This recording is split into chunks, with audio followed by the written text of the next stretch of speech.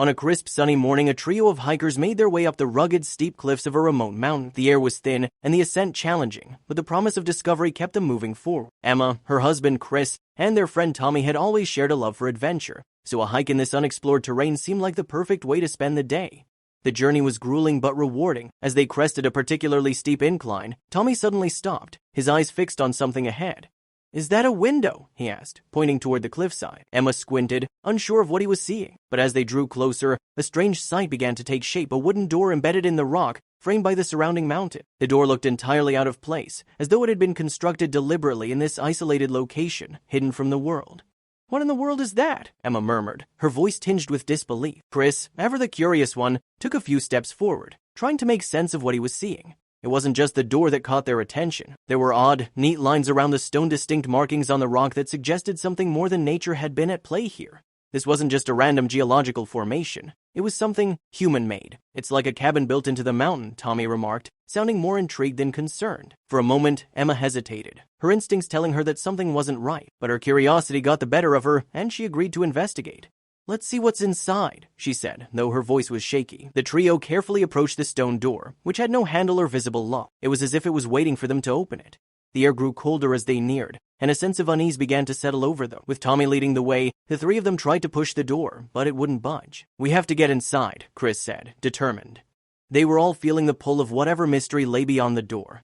Together, they pushed against the stone, straining with all their strength. Finally, with a loud screeching noise, the door groaned and creaked open, revealing a dark, narrow passageway.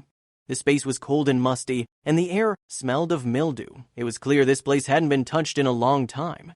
"What is this place?" Emma whispered, feeling a strange mixture of excitement and dread. The tunnel ahead stretched deeper into the mountain, dark and mysterious. There was no telling what they might find inside. The temperature seemed to drop even further as they ventured into the passage, their headlamps lighting the way. The air grew thicker as they moved forward, and an eerie silence fell over them. "Stay close," Tommy murmured, his voice unusually soft. The walls of the tunnel were rough, jagged stone, but as they ventured deeper, they began to notice something even stranger: symbols and markings etched into the rock. These symbols seemed too deliberate to be natural, and their unfamiliar nature only heightened the sense of unease.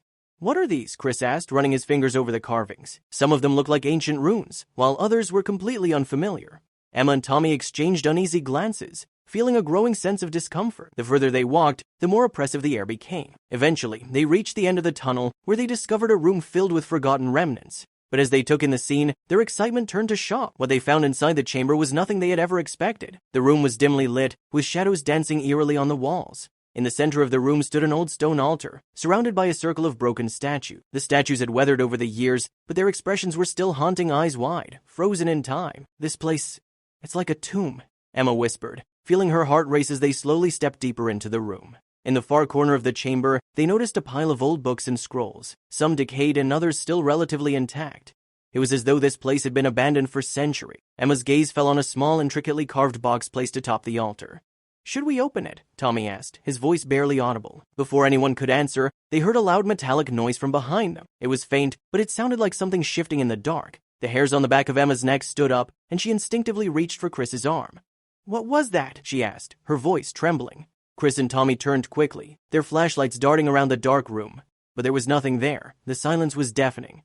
"This place is giving me the creeps," Tommy said, his voice low. Emma stepped closer to the box, but before she could reach it, a strange feeling swept over her. It was as if something was warning her not to touch it. Her instincts told her that the box wasn't just a relic, it was part of something much bigger, something far darker. "We need to go," Emma said urgently, her heart pounding in her chest. Chris and Tommy hesitated, but Emma's anxiety was contagious. "Let's leave," Tommy said, his voice firm now. The three of them backed away from the altar, their eyes scanning the room for anything else out of place. They turned to leave the room, but as they reached the door, they heard that same metallic sound again, this time louder and closer. It was as if something was following them. The door behind them slammed shut with a force that sent them all stumbling back in fear. The room was now completely dark, and they could feel the weight of the silence pressing down on them. "What's happening?" Chris asked, his voice strained.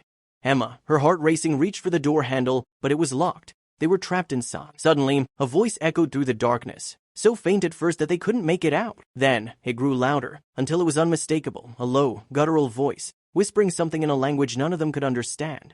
They froze, unsure of what to do next. Something was in the room with them, something ancient, something powerful. The walls around them seemed to close in, and in that moment they realized they might never escape.